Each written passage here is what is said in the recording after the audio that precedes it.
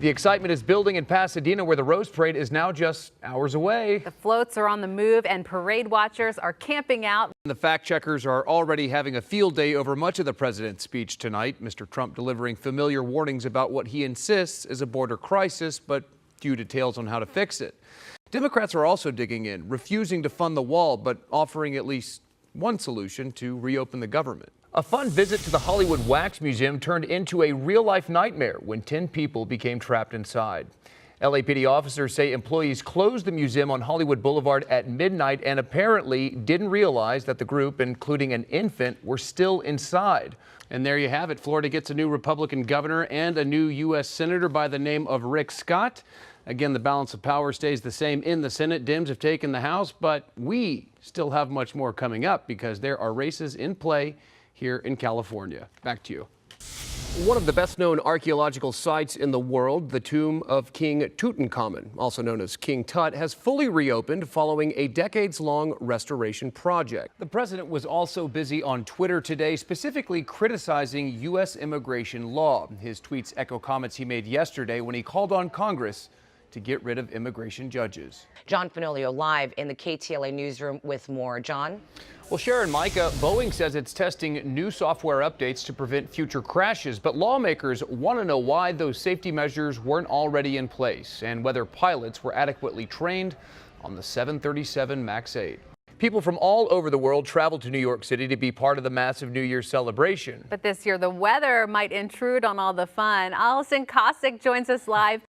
Well, Sharon, Micah, ahead of the release of the redacted report, President Trump is ramping up his attacks on Robert Mueller and the legitimacy of his investigation, signaling he may be concerned about potentially damaging details that will soon be made public. Joining us now in the studio is KTLA political consultant Matt Klink. So, Matt, obviously this is good news for the president, but do Democrats have a point saying that this is not a total exoneration? It's not a total exoneration for the president, but it's a pretty thin soup that the Democrats are left trying to spoon into their mouths. So calls to bring in AG Barr to testify before the House Judiciary Committee. What does all that mean? Well, let's not forget that the standard of proof for the Justice Department is a lot different than the standard of proof for Congress. From a legal perspective, what happens next? We know that there are other investigations currently ongoing. So there are some charges with the Southern District of New York. Yeah, no doubt we'll be hearing a lot about this on the campaign trail.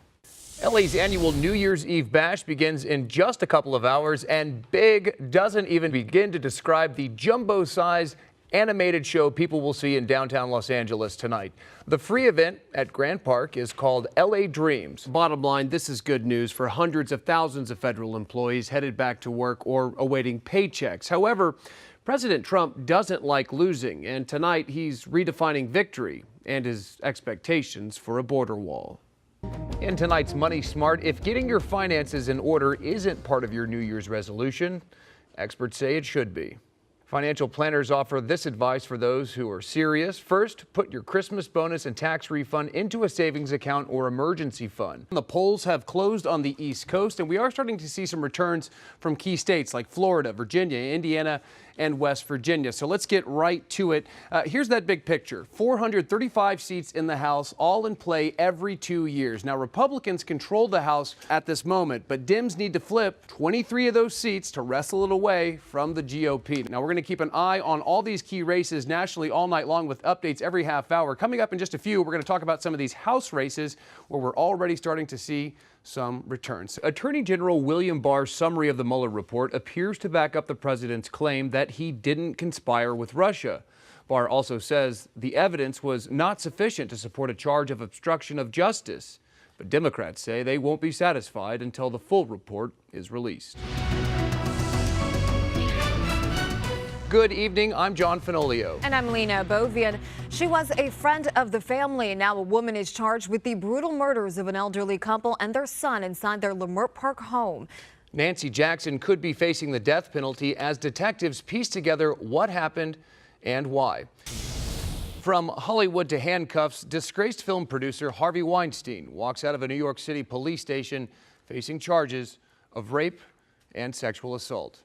Tonight, the once powerful movie mogul is out on bail, posting $1 million bond, surrendering his passport, and agreeing to wear an ankle monitor. Harvey! Weinstein is the focus of investigations for alleged sex crimes, not just in New York, but also here in Los Angeles and London. A source says more charges are expected in New York. A grand jury continues to hear testimony from at least 4 more women. As 2018 comes to a close, we want to take a look back at some of the most memorable stories of the cute and sometimes cuddly kind, the ones about animals. Yeah, one Southern California. Coming in at number 5, a sea lion, getting up close and personal with our own John Fenoglio. John was out in February doing some yoga on Catalina Beach when the big fella decided to join in. So John, was that picture your most liked on social media of 2018? That one got a lot of likes, I'm not going to lie. That was amazing, Yeah. and I would like to do an upward-facing dog with you, because great form.